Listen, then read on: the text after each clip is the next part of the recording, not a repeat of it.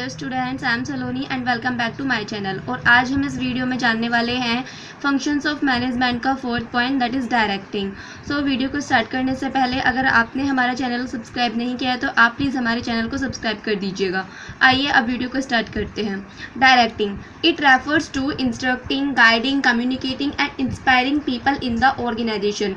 ये डायरेक्टिंग की डेफिनेशन है और 1 नंबर के क्वेश्चन में आप जो ये ब्लूइश पार्ट जो हाईलाइट हो रहा है आप इसको लिख सकते हैं। डायरेक्टिंग का मतलब है किसी को इंस्ट्रक्ट करना, किसी को गाइड करना, कम्युनिकेट करना, अपने जो मैसेजेस हैं, हमारे आइडियाज़ हैं, हम क्या सोच रहे हैं वो किसी को बताना, ये दूसरा क्या कह रहा है उसको सुनना, और इंस्पायर करना, प्रेरणा देना दूसरों को कि काम को कैसे किया जाए ऑर्गेनाइजेशन के अंदर। ये क्या होता है, हमारा डायरेक्टिंग होता है। Under directing following 4 activities are included. Directing के आगे 4 पार्ट्स हैं। पहला supervision, communication, leadership and motivation. आइए इनके बारे में एक बार ब्रीफ से जान लेते हैं। Supervision it refers to monitor the progress of routine work of one subordinate at guiding them properly. Supervision का मतलब है जो हमारे अंडर सबॉर्डिनेट जो काम कर रहे हैं। हर ऑर्गेनाइजेशन में सुपरवाइजर्स होते हैं। सुपरवाइजर्स के अंदर वर्कर्स जिन्हें कहते हैं हम, या एम्प्लॉयज़, वो काम करते हैं। तो सुपरवाइज़र का वर्क क्या होता है कि उन्होंने जो काम किया है उसको मॉनिटर करे, मतलब उसको देखे कि काम सही हो रहा है या नहीं हो रहा है। अगर काम सही नहीं हो रहा तो उनको गाइड करे। ये क्या है, हमारा सुपरविज़न है। Supervision is an important element of the directing function of management. Supervision जो है वो बहुत ही इंपॉर्टेंट फंक्शन है, मतलब इम्पॉर्टेंट एलिमेंट है डायरेक्टिंग के फंक्शंस ऑफ मैनेजमेंट में। Supervision has an important feature that face to face contact between supervisor and his subordinate is a must. जिसको सबसे इम्पॉर्टेंट बनाता है इस एलिमेंट को, वो ये है कि एक सुपरवाइजर के बीच में और एक वर्कर के बीच में फेस टू फेस कॉन्टैक्ट होता है। एक्चुअल में वर्कर क्या कहना चाह रहा है और जो सुपरवाइजर है वो वर्कर को क्या समझाता है, ये एक फेस टू फेस वर्क होता है। क्योंकि और जो मिडिल लेवल मैनेजर्स होते हैं, टॉप लेवल मैनेजर्स होते हैं, वो सिर्फ एक ऑर्डर दे देते हैं, वो वर्कर्स के कांटेक्ट में नहीं आते, डायरेक्टली वर्कर्स के कांटेक्ट में नहीं आते। लेकिन जो सुपरवाइजर है वो वर्कर्स के डायरेक्ट कांटेक्ट में आता है, जिसकी वजह से ये एलिमेंट जो है बहुत इंपॉर्टेंट हो जाता है। नेक्स्ट है हमारा communication. It refers to an art of transferring facts, ideas, feelings etcetera from one person to another and making him understand them.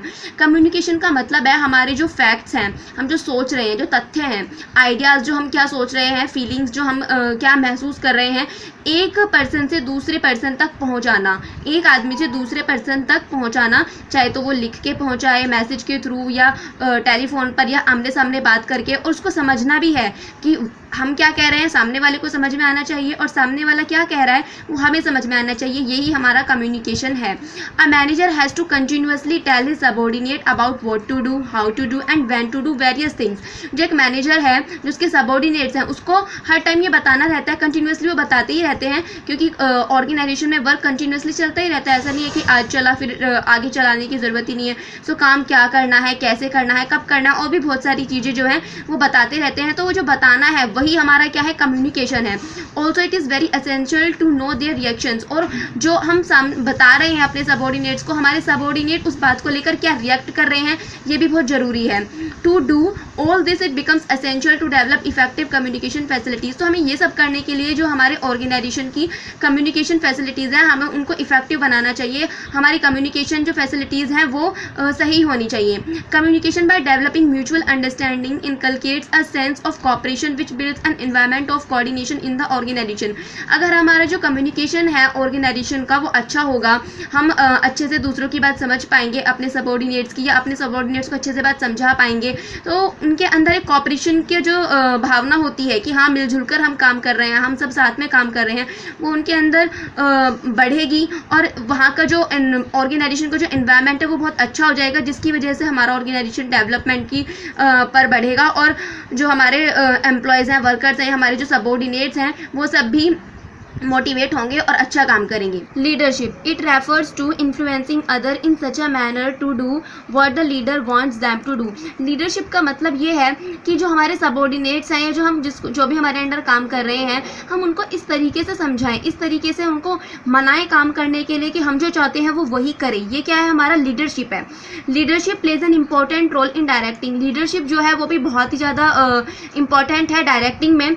Only through this quality a manager manager can inculcate trust and zeal among his subordinate. यही अगर एक quality एक अच्छे manager के अंदर है, सो वो जो चाहता है उसके वर्कर्स जो उसके सबऑर्डिनेट हैं वो वही काम करेंगे। लेकिन ये क्वालिटी मैनेजर के अंदर होनी चाहिए, और जिसकी वजह से एक मैनेजर अच्छा मैनेजर बन सकता है। नेक्स्ट है हमारा motivation. It refers to that process which excites people to work for attainment of a desired objective. Motivation का मतलब है कि हम किसी भी अपने सबऑर्डिनेट को इस तरीके से एक्साइट करें, उसको इस तरीके से मोटिवेट करें कि हम जो चाहते हैं वो ऑब्जेक्टिव हमारा जो है वो अचीव हो जाए।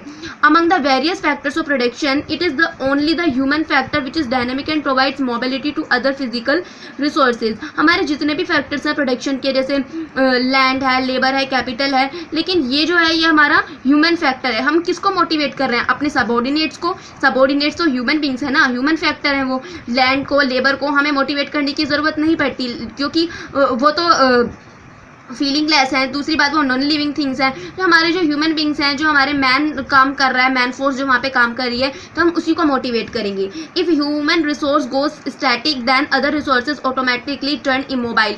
अगर जो हमारे वर्कर्स हैं, जो हमारे सबऑर्डिनेट्स हैं, एम्प्लॉयज़ हैं, वो अगर लेजी हो जाएंगे, वो काम नहीं करेंगे, उनका काम करने में मन नहीं लगेगा, तो जो और अदर फैक्टर्स हैं हमारे लैंड, लेबर, लैंड हो गई, कैपिटल हो गई, तो ये सब भी अपने आप बेकार हो जाएंगी, क्योंकि बिना एम्प्लॉयज़ के कोई काम नहीं हो सकता। Thus it becomes essential to motivate human resource to keep them dynamic, aware and eager to perform their duty. So हमें वक्त पर, मतलब टाइम टू टाइम हमें ज़रूरत पड़ती रहती है कि हमारे जो एम्प्लॉयज़ हैं, वर्कर्स हैं, हम उनको मोटिवेट करें। मोटिवेट किसके थ्रू करें? तो उनको मोटिवेशनल स्पीच दें, लेकिन हर टाइम मोटिवेशनल स्पीच से काम नहीं चलता। सो जो वर्कर्स अच्छा काम कर रहे हैं हम उनको कुछ रिवॉर्ड दें। सो उससे क्या होगा, वो ज़्यादा मोटिवेट होंगे और आगे काम करने के लिए ज़्यादा उत्सुक होंगे, अच्छे से अच्छा काम करेंगे, जो कि हमारे ऑर्गेनाइजेशन के लिए और उनके लिए भी बहुत ज़रूरी है। बहुत monetary and non monetary incentives are given to employees for motivation. कुछ मॉनेटरी, जैसे मैंने बताया, बोनस दे सकते हैं, आप उनको चेक दे सकते हैं, उनको सैलरी थोड़ी बढ़ा के दे सकते हैं अगर वो अच्छा काम कर रहे हैं। ये भी उनके मोटिवेशन लेवल को बहुत इंक्रीज़ करेगा। नॉन मॉनेटरी, जैसे कि आप टूर का पैकेज दे सकते हैं या कुछ शॉपिंग वाउचर्स उनको दे सकते हैं। ये सब चीज़ें भी उनको बहुत मोटिवेट करेंगी और वो अच्छे से अच्छा काम करने की कोशिश करेंगे। सो आई होप स्टूडेंट्स आपको ये वीडियो समझ में आ गया होगा। अगर फिर भी आपको कोई प्रॉब्लम आती है तो आप कमेंट बॉक्स में कमेंट कर सकते हैं और अपने क्वेश्चंस पूछ सकते हैं, और हमें फीडबैक ज़रूर दें। और अगर आपको ये वीडियो पसंद आया हो तो प्लीज़ इसको लाइक करें और हमारे चैनल को सब्सक्राइब करना ना भूलें। थैंक यू, फिर मिलेंगे एक नेक्स्ट वीडियो में।